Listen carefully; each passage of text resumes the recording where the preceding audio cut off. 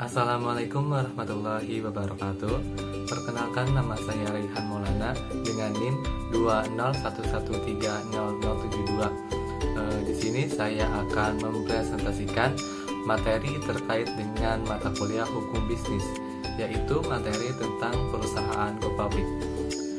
Oke, langsung saja kita bahas mengenai perusahaan go public. Nah, apa sih itu perusahaan go public? Perusahaan go public sering kita kenal ya dengan perusahaan terbuka. Perusahaan terbuka ini merupakan suatu perusahaan yang sahamnya bisa diperjualbelikan secara terbuka kepada investor. Nah, saham yang telah dibeli oleh investor ini dapat diperjualbelikan kembali kepada investor lain secara bebas. Nah, investor yang telah membeli saham dapat menjual kembali jika para pemegang saham mengalami kepailitan. Nah, untuk menjadi suatu perusahaan terbuka harus memenuhi syarat sebagai suatu perseroan terbatas yang modalnya dan sahamnya dimiliki oleh orang banyak, serta sahamnya diperjualbelikan di pasar modal. Next, kita ke pembahasan yang kedua, yaitu ada proses atau tahapan go public sebuah perusahaan. Tahapan yang pertama yaitu persiapan internal perusahaan. Nah, di dalam persiapan internal perusahaan ini yang harus dilakukan yaitu pertama ada melakukan pergantian status perusahaan menjadi PT Tbk. Yang kedua, melakukan transisi anggaran dasar untuk menyamakan dengan ketentuan peraturan perundang-undangan pasar modal. Yang ketiga, perusahaan yang akan go public harus menyangkut pautkan pemodal baru di luar pemegang saham lama. Yang keempat, menyerahkan kekuasaan kepada direksi untuk menjalankan segala perilaku yang dibutuhkan dalam persiapan go public perusahaan.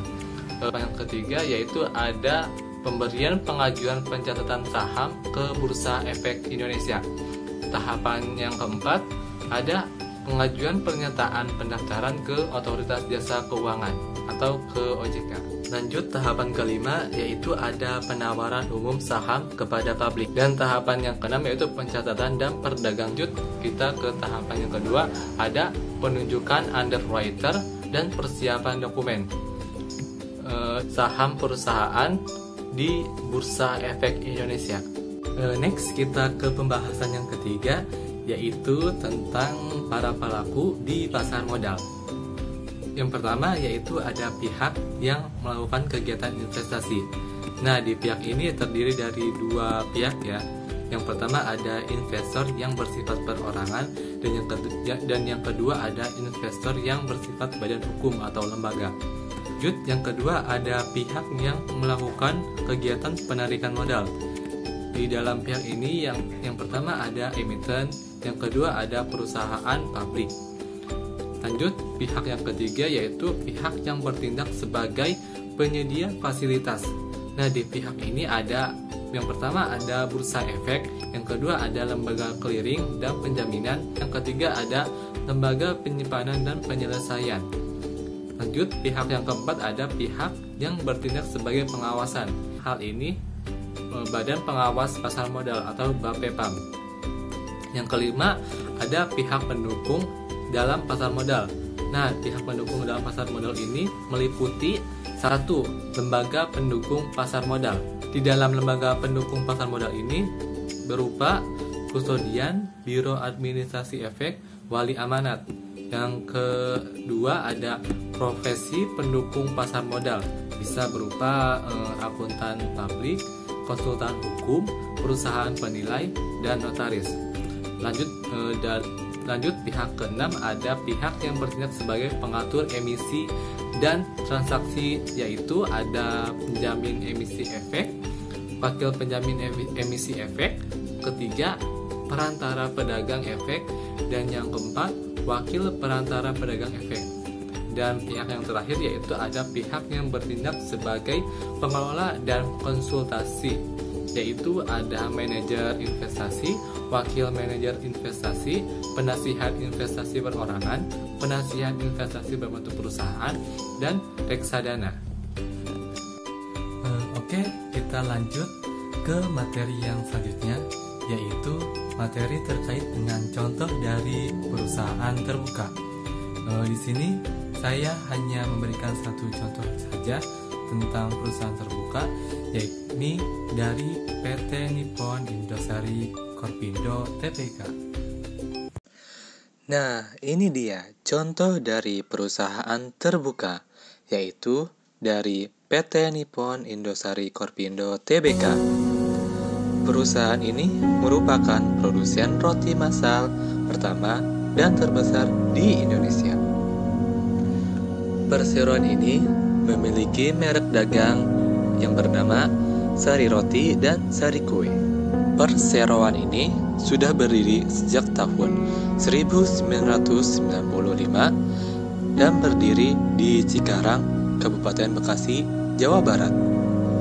Dan pada tahun 2010, perseroan ini sudah mencatatkan sahamnya di Bursa Efek Indonesia dengan kode emiten ROTI.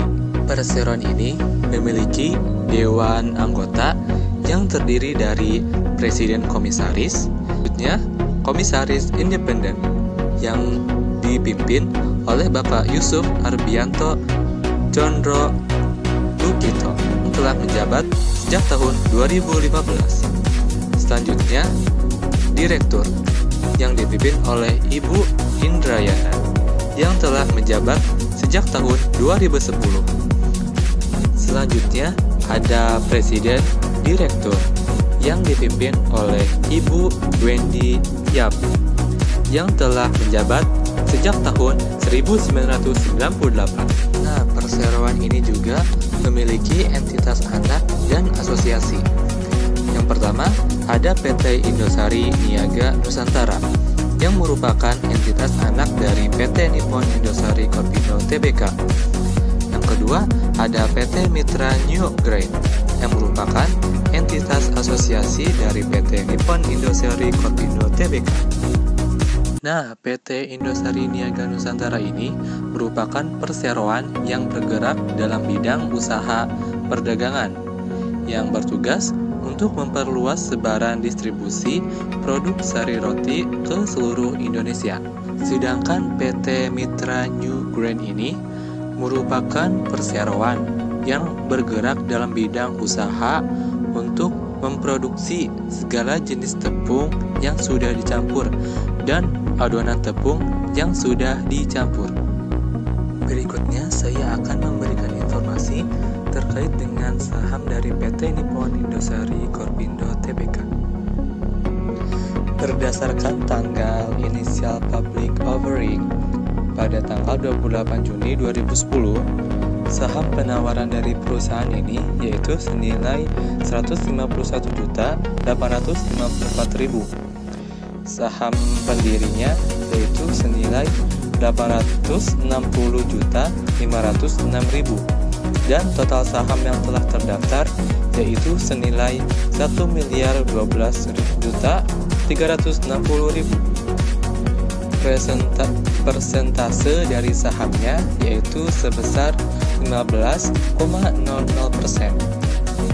Lanjut, harga penawaran sahamnya yaitu sebesar Rp1.275 dan dana yang telah terkumpul yaitu sebesar Rp193.613.850.000.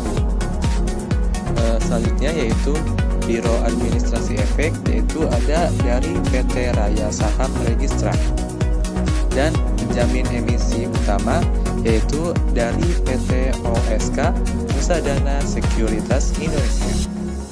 Oh iya, satu lagi yaitu tentang visi misi dari perusahaan ini. Visinya yaitu senantiasa tumbuh dan mempertahankan posisi sebagai perusahaan roti terbesar di Indonesia melalui penetrasi pasar yang luas dan dalam dengan menggunakan jaringan distribusi yang luas untuk menjangkau konsumen di seluruh Indonesia. Dan misi dari perusahaan ini yaitu memproduksi dan mendistribusikan beragam produk yang halal, berkualitas tinggi, higienis, dan terjangkau bagi seluruh konsumen Indonesia. Mungkin cukup sekian presentasi dari saya. Semoga menambah wawasan dan pengetahuan kita tentang perusahaan go public atau perusahaan terbuka. Kurang lebihnya mohon dimaafkan. Wassalamualaikum warahmatullahi wabarakatuh.